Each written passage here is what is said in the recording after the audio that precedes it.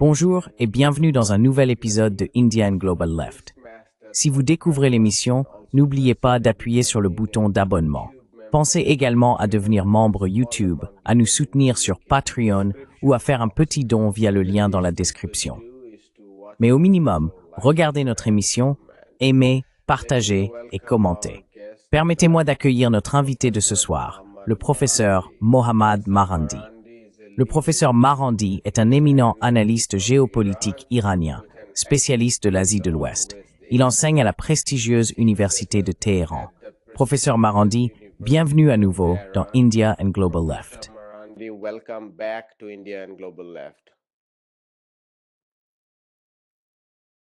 Merci beaucoup de m'avoir invité.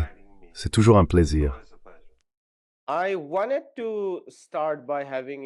Je voulais commencer par avoir votre avis sur la décision de la Russie et de la Chine de ne pas opposer leur veto au plan soutenu par les États-Unis concernant la Palestine au Conseil de sécurité des Nations Unies. Nous en avons discuté, et il y a au moins deux points de vue à ce sujet. D'un côté, certains affirment que les États-Unis ont exercé des menaces et du chantage, et qu'un veto aurait servi de prétexte pour accélérer davantage le génocide. De l'autre côté, principalement du point de vue palestinien, on estime qu'au vu de l'histoire récente de la Chine et de la Russie, en particulier le fait que la Chine n'ait pas rompu ses liens commerciaux avec Israël, leur attitude est inexcusable, surtout compte tenu de l'exclusion totale des Palestiniens de ce prétendu processus de reconstruction de Gaza. Je me demande ce que vous en pensez. I wonder what your thoughts are on this.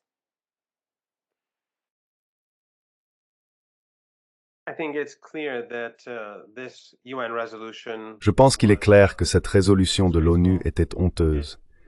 Elle va à l'encontre des intérêts non seulement du peuple palestinien, mais aussi des peuples du Sud global. Elle renforce l'idée d'un empire et des privilèges particuliers détenus par les États-Unis et leurs alliés, et elle est totalement dépourvue de décence humaine. Je pense que les Russes et les Chinois auraient dû, sans aucun doute, opposer leur veto à la résolution. L'Algérie aurait dû la rejeter.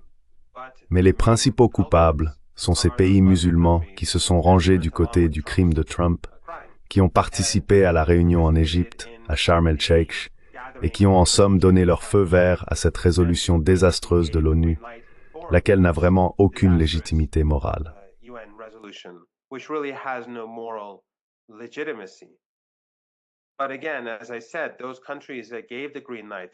Mais encore une fois, comme je l'ai dit, ces pays qui ont donné le feu vert, ces pays qui sont allés louer Trump, se faire louer par Trump et blanchir son rôle dans l'Holocauste à Gaza, sont les premiers et principaux responsables.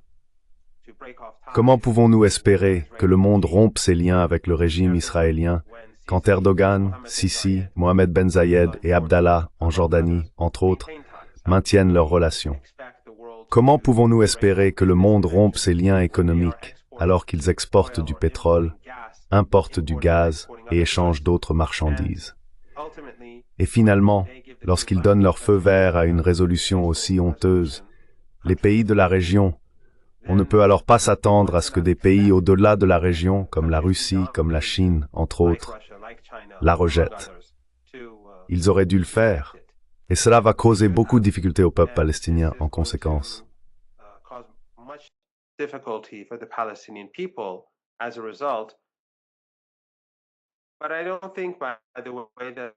Mais je ne pense pas d'ailleurs que le peuple palestinien permettra la mise en œuvre de la résolution. Il ne laissera pas cette force internationale dirigée par des figures comme Trump et Blair dominer sa vie.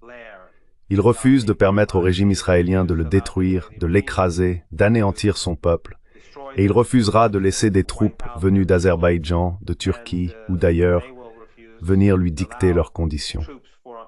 De toute évidence, ces troupes ne vont pas se tenir là pour protéger le peuple palestinien contre le régime israélien. Dès que les tirs commenceront, elles auront toutes disparu. Et il y aura probablement parmi elles de nombreuses personnes qui mèneront des activités d'espionnage au profit du régime israélien. Après tout, par exemple, la République d'Azerbaïdjan est un allié très proche de Netanyahou. Pourquoi trahirait-il pas le peuple palestinien? Why wouldn't he betray the Palestinian people? He's already been doing it for well over 2 years. Il le fait déjà depuis plus de 2 ans avec ses exportations de pétrole bon marché vers Netanyahou. Donc je ne pense pas que cela va fonctionner. Les Palestiniens l'ont rejeté. La seule entité parmi les Palestiniens qui soutient cette résolution honteuse est l'autorité palestinienne, qui est en réalité le geôlier de Netanyahou en Cisjordanie.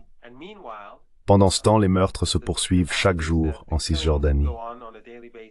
Depuis le 7 octobre 2023, plus d'1 millier de Palestiniens ont été assassinés en Cisjordanie occupée. Zéro responsabilité. Au Liban, le régime tue des gens quotidiennement. Ils viennent de bombarder Beyrouth, et avant cela, ils ont bombardé un camp de réfugiés palestiniens, massacrant un grand nombre de personnes.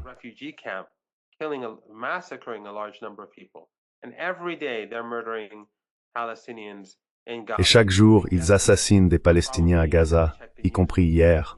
Probablement, je n'ai pas encore vérifié les nouvelles. Aujourd'hui, ils tueront encore des Palestiniens. Mais les médias occidentaux se sont détournés. Ils ont toujours essayé de minimiser ce qui se passe en Palestine, à Gaza en particulier, et au Liban. Mais maintenant, ils prétendent qu'il y a un cessez-le-feu qui n'existe pas. Alors les tueries continuent. Les États-Unis essaient de prendre le contrôle de Gaza au profit du régime israélien.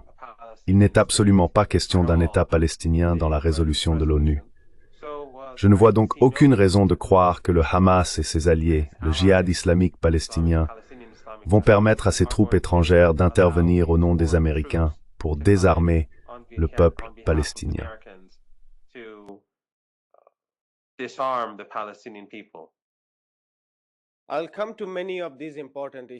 Je reviendrai sur bon nombre des questions importantes que vous avez soulevées. Mais si je pouvais poser une dernière question de suivi sur ce segment.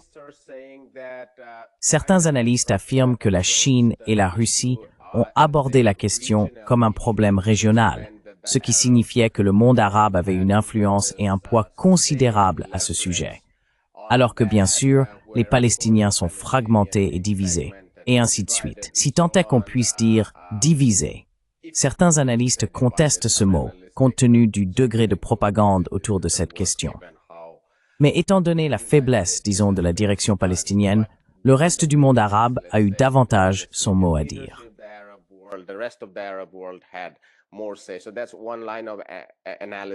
C'est donc une première ligne d'analyse. L'autre vient du professeur Rachid Khalidi, que nous avons reçu, un historien éminent de la Palestine moderne. Il a expliqué qu'en fin de compte, dans la réalité politique, la Chine et la Russie n'ont pas d'intérêt majeur en Palestine. La Russie possède quelques bases, peut-être une, en Méditerranée. La Chine en a une en Afrique de l'Est. Mais le véritable coupable, le véritable empire, c'est l'empire américain. Et même si la position morale peut se comprendre, il est très difficile d'attendre quelque chose d'une telle ampleur de la part de la Chine et de la Russie. Je me demande quelle est votre intuition ou votre opinion sur les raisons pour lesquelles ils ont finalement choisi de ne pas opposer leur veto.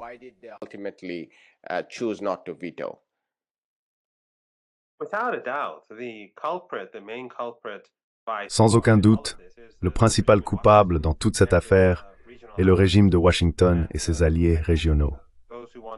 Je pense que ceux qui veulent se concentrer sur la Chine et la Russie détournent l'attention de leur propre gouvernement. Les habitants de notre région, vivant dans l'un des États dont les dirigeants ont participé à Sharm el-Sheikh, ne peuvent pas détourner l'attention du fait que ce sont leurs gouvernements qui ont blanchi Trump en Égypte. Ou du moins essayer de le faire, afin d'obtenir un avantage des États-Unis en trahissant la cause palestinienne. Ils n'ont aucun argument valable. Ainsi, bien que je pense que ceux qui se concentrent sur la Russie et la Chine n'aient pas un argument très solide, le véritable problème se situe ailleurs.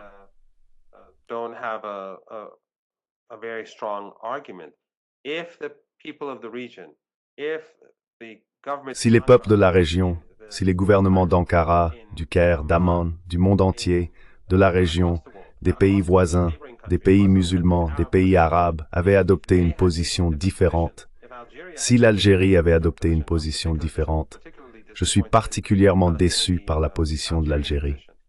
Je n'ai aucune attente vis-à-vis d'Erdogan. Je n'ai aucune attente vis-à-vis de Mohamed Ben Zayed, du roi Abdallah ou du général Sissi. Mais j'ai été surpris par la décision de l'Algérie. Lorsque ces pays adoptent une telle position, ils ne devraient pas s'attendre à ce que des pays plus éloignés du génocide prennent une position plus ferme contre l'agresseur.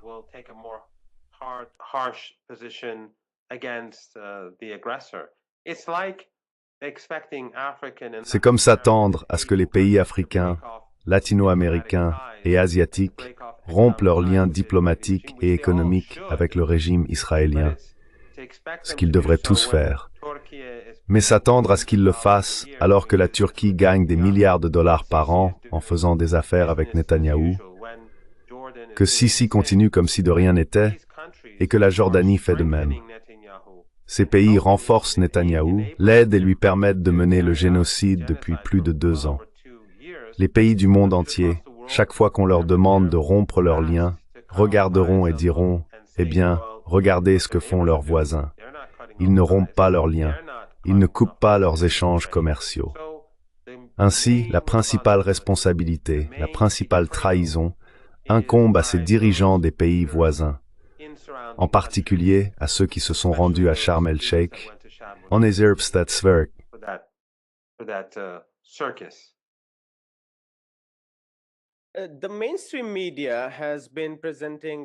Les médias grand public ont présenté tout ce processus, le plan Trump si l'on veut, comme un moment très important dans l'histoire du mouvement palestinien, tout en occultant complètement, voire en excluant, le fait que les Palestiniens eux-mêmes en sont entièrement écartés, si tant est qu'on puisse même parler de processus. Et cela me rappelle Oslo. Je veux dire d'une certaine manière, il y avait déjà des divisions à l'époque d'Oslo. Au moins, la direction de l'OLP est coupée du Turquie et n'abs de promobs de l'organisation à laquelle elle faisait face.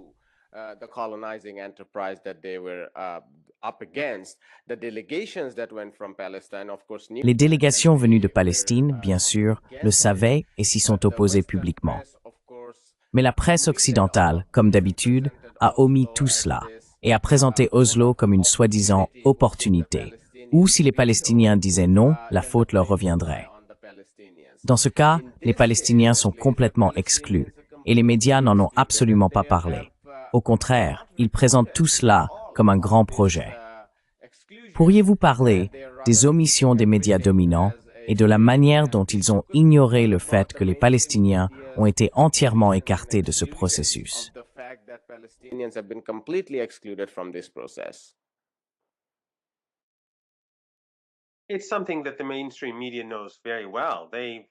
C'est quelque chose que les médias grand public connaissent très bien. Ils ont examiné ce texte dans les salles de rédaction, sans aucun doute chacun de ces organes de presse. Il faut garder à l'esprit qu'il existe un consensus au sein de l'establishment politique occidental, et c'est d'adopter une position 100% pro-israélienne autant que possible. C'est pourquoi les médias occidentaux sont biaisés contre le peuple palestinien depuis le premier jour. Ils ont essayé de cacher les images à leur propre population. Pourquoi ne pas déformer ou dissimuler les faits de la résolution de l'ONU? C'est une résolution qui appartient véritablement à l'ère du milieu du XXe siècle, celle de l'Empire occidental. Ils essaient de légitimer quelque chose qui n'est plus acceptable à aucun niveau dans le monde d'aujourd'hui, surtout dans cette région, Gaza, administrée par l'Empire lui-même. Ainsi, lorsque nous voyons qu'il y a des massacres quotidiens à Gaza, et que les médias occidentaux sont passés à autre chose, qualifiant ces massacres révoltants de tests du cessez-le-feu, c'est choquant.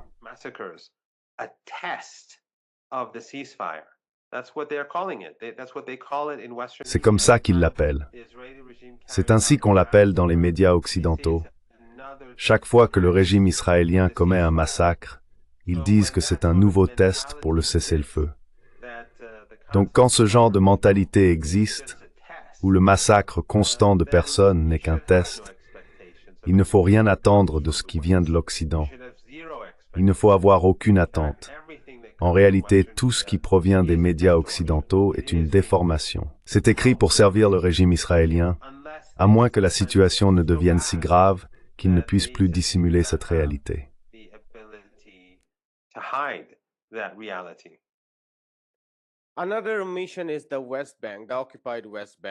Un autre problème concerne la Cisjordanie, la Cisjordanie occupée. Vous avez mentionné environ 1 millier de morts. Un rapport de Human Rights Watch a récemment indiqué que, dans les 3 camps de réfugiés de Jenin, Tulkarem et Nour Shams, 32 000 personnes ont été déplacées en 1 an, ce qui constitue le plus grand déplacement depuis 1967. Nous avons assisté à d'importants développements de colonisation au cours des 2 dernières années, des projets énormes. En fait, un projet de loi en octobre a donné le feu vert à l'expansion des colonies dans la zone E1. Et cela a de nouveau été complètement passé sous silence, toute l'attention étant portée sur Gaza et le génocide. Ce qu'il nous semble voir, c'est une annexion accélérée de la Cisjordanie occupée, semblable à ce que nous avons observé dans les années 1990, et ce soi-disant plan de paix, ou quel qu'en soit le nom, dissimule cette annexion, qui est le véritable développement en cours en Cisjordanie. Sans aucun doute. Sans aucun doute. No doubt, no doubt. Again, the Western media, just as it is hiding the facts. Encore une fois, les médias occidentaux, tout comme ils dissimulent les faits de ce qui se passe à Gaza avec la complicité des élites et des diplomates occidentaux, cachent également la réalité de la Cisjordanie. Toutes les grandes agences de presse sont présentes en Palestine occupée, sans exception, et elles entretiennent d'excellentes relations avec le régime israélien. Elles savent exactement ce qui se passe à Jenin. Elles savent précisément ce qui se déroule dans toute la Cisjordanie. Et elles savent que le nettoyage ethnique qui est mené aujourd'hui est sans précédent. Cela se produit depuis 2 ans, tandis que le régime israélien et les médias occidentaux utilisent la situation à Gaza pour détourner l'attention du public du nettoyage ethnique et des meurtres constants en Cisjordanie.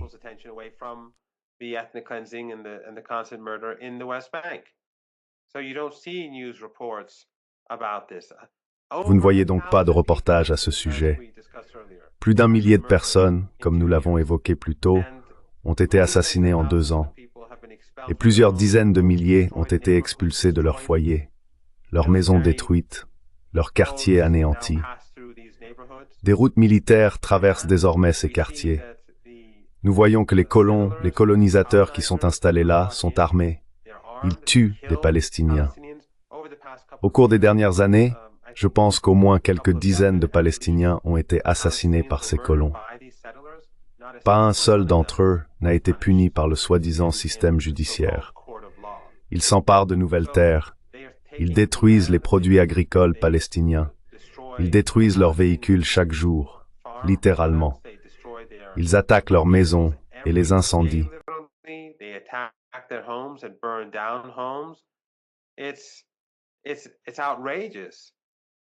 C'est scandaleux ce qu'ils sont autorisés à faire en Cisjordanie, et l'armée israélienne facilite cela.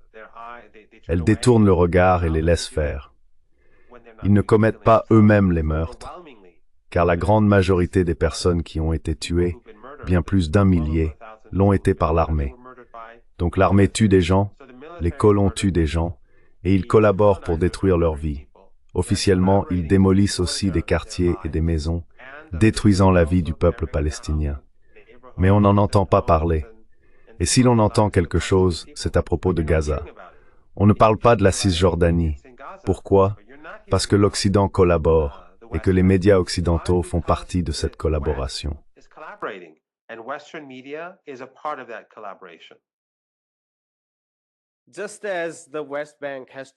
Tout comme la Cisjordanie doit être envisagée dans le contexte de ce qui se passe à Gaza, je pense qu'il est également essentiel, même si ce n'est pas exactement la même chose, d'inclure le Liban dans cette analyse, car nous y avons observé des évolutions très similaires. Depuis le cessez-le-feu de novembre dernier, il y a eu des violations presque quotidiennes. Avant le cessez-le-feu lui-même, plus de 4000 personnes, pour la plupart des civils, ont été tués, mutilés ou brûlés par les forces d'occupation israéliennes. Celles-ci n'ont cessé de décapiter et d'assassiner la direction du Hezbollah sur place.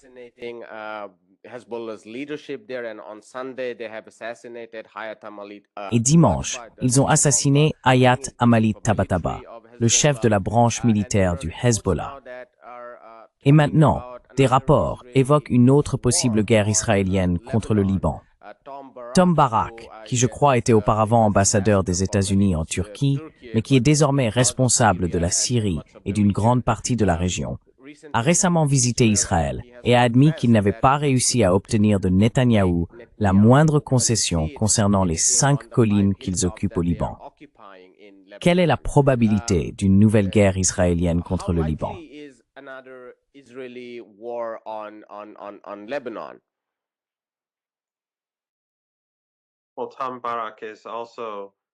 Eh bien, Tom Barak figure aussi dans les dossiers Epstein, et Epstein lui a demandé d'envoyer une photo de lui et d'un enfant pour le faire sourire. Voilà donc le genre de personnes qui sont responsables de la politique étrangère des États-Unis et qui dirigent ou tentent de diriger notre région. Il est assez stupéfiant que le cessez-le-feu entre le Liban et le régime israélien ait des garants occidentaux. Les gouvernements occidentaux en sont les garants. Mais le régime israélien refuse de quitter le territoire qu'il occupe en violation du cessez-le-feu. Et chaque jour sans exception, il mène des attaques contre le Liban. Il bombarde les ingénieurs qui reconstruisent des maisons parce qu'ils veulent procéder à un nettoyage ethnique du Sud.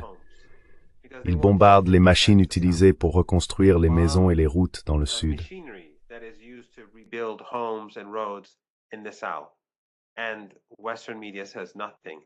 Et les médias occidentaux ne disent rien. Les médias occidentaux ont également une présence très forte à Beyrouth. Je connais beaucoup de ces journalistes, mais ils sont tous silencieux, relativement silencieux, ou aussi silencieux qu'ils peuvent l'être. On n'entend pas grand-chose sur ce qui se passe au Liban, parce qu'on n'est pas censé en entendre parler, tout comme on n'est pas censé entendre parler de ce qui se passe en Cisjordanie ou dans la bande de Gaza. Ils minimisent la situation autant que possible. Chaque jour, ils bombardent les maisons des gens. Chaque jour, ils bombardent le Liban. Chaque jour, ils utilisent des drones pour terroriser les civils. Et c'est intéressant, il y a quelques jours à peine, un journaliste occidental m'interviewait et j'ai dit que les Israéliens tuaient des gens.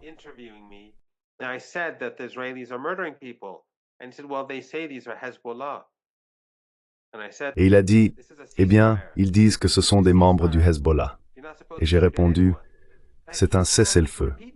Pendant un cessez-le-feu, on n'est pas censé tirer sur qui que ce soit.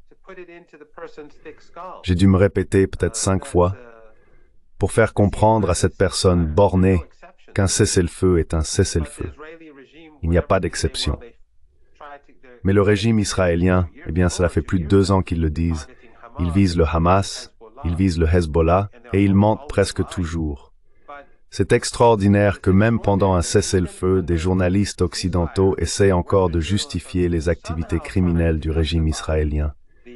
Voilà le monde dystopique que l'Occident a créé pour les peuples d'Asie occidentale et d'Afrique du Nord.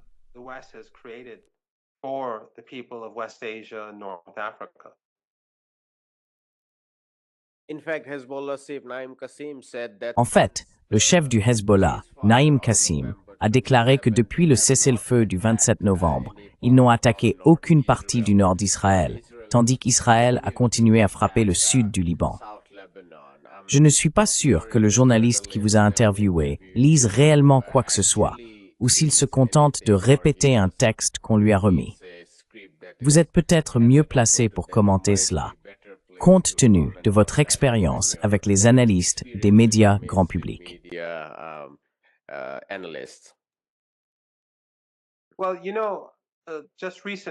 Eh bien, vous savez, tout récemment, une famille américano-libanaise a été assassinée dans le sud par le régime israélien. 3 jeunes enfants, 3 enfants, et leurs pères ont été tués par les Israéliens. Ce sont des détenteurs de passeports américains. L'ambassade des États-Unis a-t-elle exprimé son indignation? Bien sûr que non. Les journalistes occidentaux en ont-ils fait tout un sujet? Pas du tout. tout comme les Palestiniens américains qui ont été tués en Cisjordanie et à Gaza au cours des dernières années. L'ambassadeur des États-Unis a-t-il fait quoi que ce soit à ce sujet? Non. En ce moment, un adolescent palestino-américain de 16 ans est retenu en otage par le régime israélien et maltraité depuis très longtemps.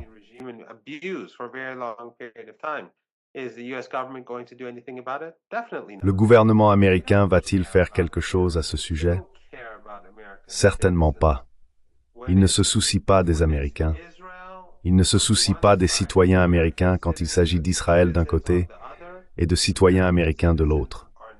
Les citoyens américains ne comptent pour rien. Ils ne sont rien pour le gouvernement américain et ils ne sont rien pour les médias occidentaux. C'est quelque chose que nous avons constaté, que nous observons depuis plus de 2 ans. Ce n'est pas de la spéculation. Ce ne sont pas des accusations. Quand on voit 3 petits-enfants assassinés, tous américains, on s'attendrait à ce que si le gouvernement américain est indifférent, ce qu'il est, les médias occidentaux expriment leur indignation. Mais ils ne l'ont pas fait.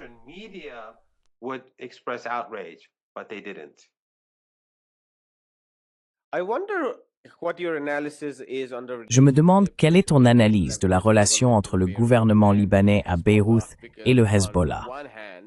Car d'un côté, ils semblent être très directement attirés dans l'orbite de l'empire sioniste et de l'empire américain, étant donné qu'ils envisagent et tentent même de faire avancer ces discussions sur le désarmement du Hezbollah. D'un autre côté, bien sûr, l'expansion du régime israélien et de son entreprise coloniale les rend très nerveux à l'idée de désarmer la résistance. Et ce sont là le genre de divisions que nous avons également observées ailleurs.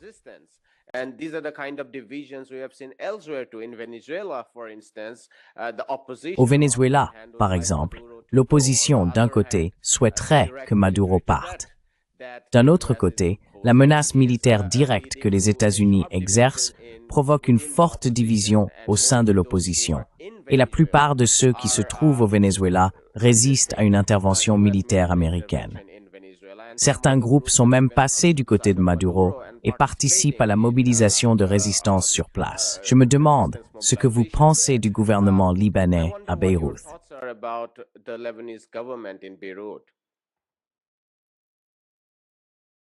Eh bien, après la guerre, les États-Unis et leurs alliés régionaux ont imposé et installé le Premier ministre et le Président contre la volonté du peuple libanais.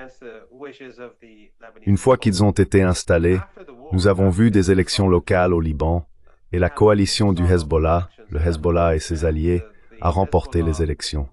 Selon les sondages occidentaux, une forte majorité du peuple libanais estime que le Hezbollah devrait être armé, car l'État n'a pas protégé le Liban. Les États-Unis ont délibérément rendu l'armée libanaise inefficace. Ils veulent seulement que l'armée libanaise soit capable de tuer des Libanais.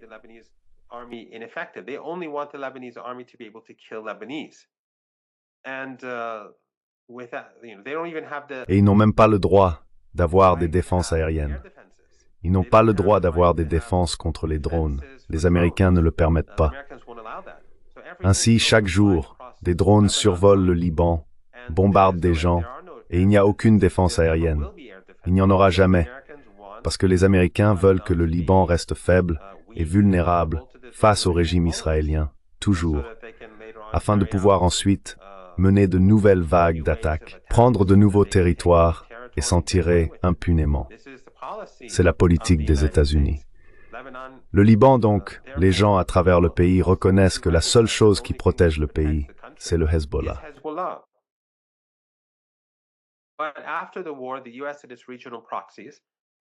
Mais après la guerre, les États-Unis et leurs mandataires régionaux, qui ont toujours été de mèche avec le régime israélien, comme on l'a vu en Syrie et ailleurs, que ce soit la Turquie, la Jordanie, l'Égypte ou les Émirats, mais dans ce cas particulier l'Arabie saoudite, eux, avec les Américains, faisaient de gros efforts pour désarmer le Hezbollah et renforcer la position de ces 2 mandataires, le Premier ministre et l'actuel président. Et le Premier ministre est simplement un vieux Brown Sahib traditionnel. Il est lié à l'Occident. Il est ce que Malcolm X aurait appelé l'esclave de maison. Ce sont des gens sans dignité ni honneur. et ils sont soumis à ce que l'Empire leur ordonne de faire.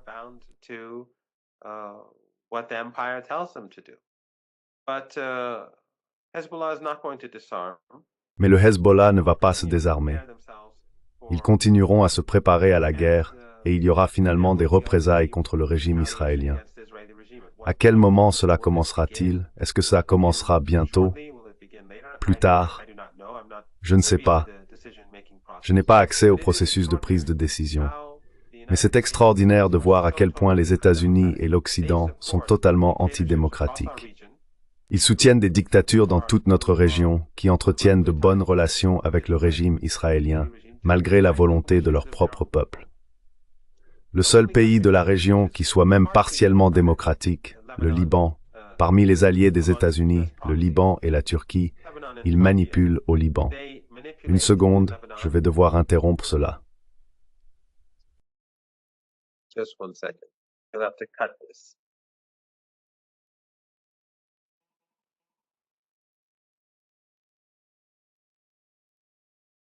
They manipulate in Lebanon. Is it good now? Ils manipulent au Liban.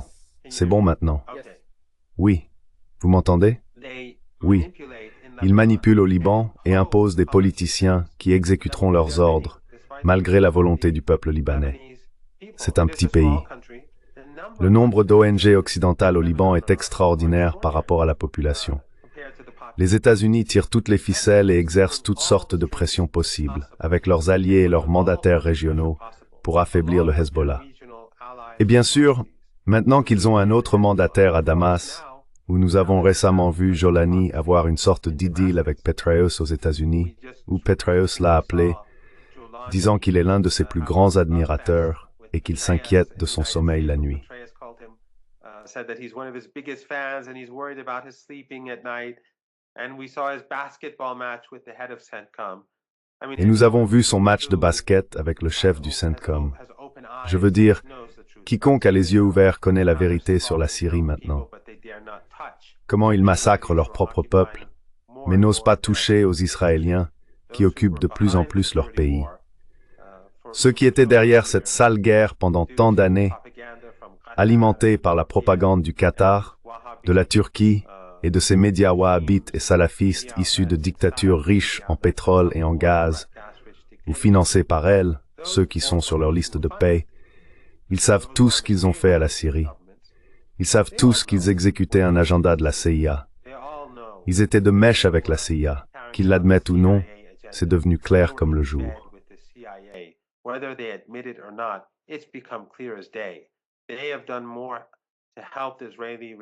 Ils ont fait plus que quiconque pour aider le régime israélien et pour saper la cause palestinienne.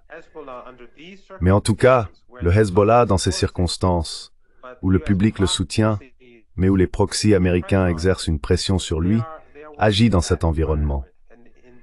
Et dans cet environnement, ils ont essayé d'aider le peuple de Gaza et de maintenir une partie des forces militaires américaines et israéliennes éloignées de Gaza afin que les habitants puissent survivre.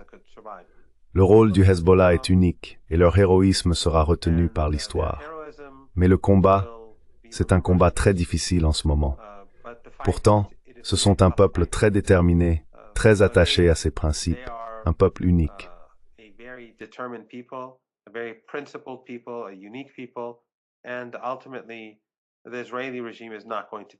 Et en fin de compte, le régime israélien ne pourra pas se débarrasser de la résistance dans le nord. En réalité, ce qui va se passer, c'est que le régime israélien, aujourd'hui profondément méprisé à travers le monde, aura de plus en plus de mal à poursuivre son existence. Même aux États-Unis, les gens se sont retournés contre ce régime. On voit bien qu'il est méprisé à gauche, qu'il est méprisé chez les libéraux, et qu'il est désormais de plus en plus méprisé à droite. Et même maintenant, avec ces soi-disant cessez-le-feu, le fait qu'il tue des gens quotidiennement leur nuit, car cela nous rappelle chaque jour que ce régime ne peut en aucun cas coexister avec les autres. Il en est tout simplement incapable. One final quick question on Iran's Une dernière question rapide sur la capacité de l'Iran à soutenir le Hezbollah. Nous avons vu le commandant du CGRI condamné l'assassinat de Hayat Amali Tabatabai. Mais les analystes principaux, et je ne parle pas nécessairement d'analystes sionistes, mais d'analystes raisonnables qui ont généralement une vision équilibrée de la Palestine, affirment que la chute du gouvernement Assad en Syrie et l'arrivée de l'ancien chef d'Al-Qaïda là-bas ont considérablement affaibli la capacité de l'Iran à soutenir le Hezbollah. Je ne veux pas donner à nos téléspectateurs l'impression que la résistance au Liban n'existe que grâce à l'Iran, car il y a de la propagande à ce sujet, et la résistance peut survivre par elle-même. Mais je pense aussi que ce soutien est essentiel. Donc, si vous pouviez nous dire un peu dans quelle mesure cette chute importante a affaibli l'axe de la résistance, ou s'il existe un revers à cela, ce serait utile.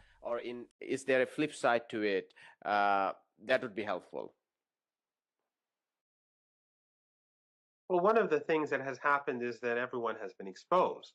Eh bien, l'une des choses qui se sont produites, c'est que tout le monde a été démasqué. Ceux qui prétendaient soutenir la cause palestinienne, mais qui n'ont rien fait pour la Palestine, et tout pour saper la Syrie au profit du Mossad et de la CIA, ils ont été exposés. Et les gens ordinaires, ceux qui veulent ouvrir les yeux sur la réalité, voient maintenant cette réalité. Ils voient que le Hezbollah, depuis le tout début, avait raison dans sa politique envers la Syrie, en s'opposant au complot de la CIA visant à affaiblir l'État syrien. Je pense que c'est important, car cela a contribué à affaiblir les outils dont dispose l'Empire occidental, que ce soit à travers Al Jazeera, Al Arabiya, les médias turcs contrôlés par le régime d'Erdogan, ou d'autres organes financés par le pétrole et le gaz.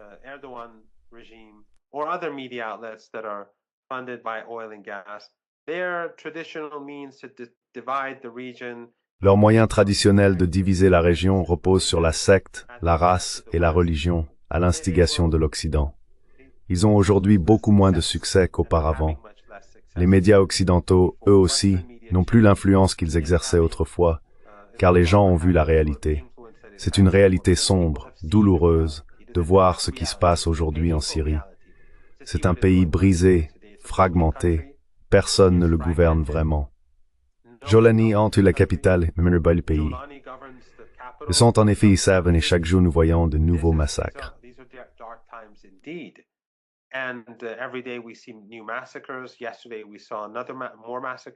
Hier, nous avons assisté à de nouveaux massacres perpétrés contre le peuple syrien, tandis que le régime ne fait rien contre le régime israélien. En réalité, il fait tout son possible pour s'accommoder du régime israélien. Ainsi, d'une certaine manière, cela a été préjudiciable à l'Empire, dans la mesure où les gens se réveillent face à la vérité. Beaucoup de personnes qui ont été trompées par ces récits pendant une décennie et demie voient désormais la réalité. Et cela se ressent dans le changement d'humeur à travers la région et dans le monde entier à propos de ce qui se passe en Syrie, à l'exception des plus aveugles et des plus sectaires, dont les priorités restent le sectarisme avant tout. Tous les autres se sont plus ou moins réveillés à la réalité.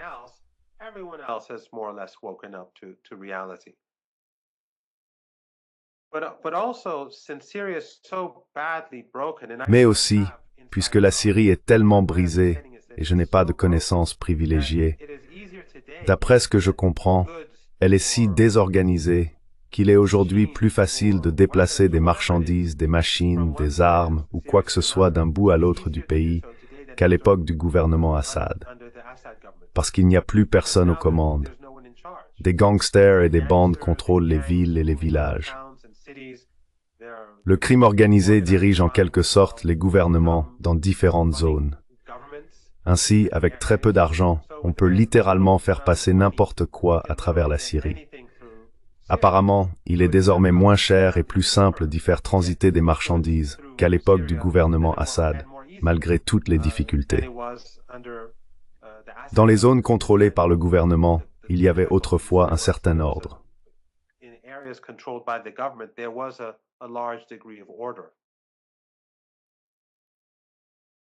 Nous allons nous arrêter là, professeur Marandi. Comme toujours, c'était une conversation très enrichissante. Merci beaucoup. Merci beaucoup, ce fut un honneur. Bonjour, Je m'appelle Ayushman. Avec Mudyar Jyotishman, nous avons lancé cette plateforme.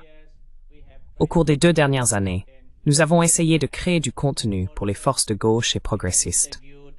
Jusqu'à présent, nous avons interviewé des économistes, des historiens, des commentateurs politiques et des militants. Si vous avez apprécié notre contenu et souhaitez que nous construisions une archive pour la gauche, j'ai 2 demandes à vous faire. Veuillez envisager de faire un don à cette cause. Le lien se trouve dans la description ci-dessous. Et si vous ne le pouvez pas, ne vous en faites pas. Vous pouvez toujours aimer et partager nos vidéos avec vos camarades. Enfin, n'oubliez pas d'appuyer sur le bouton d'abonnement. Don't forget to hit the subscribe button.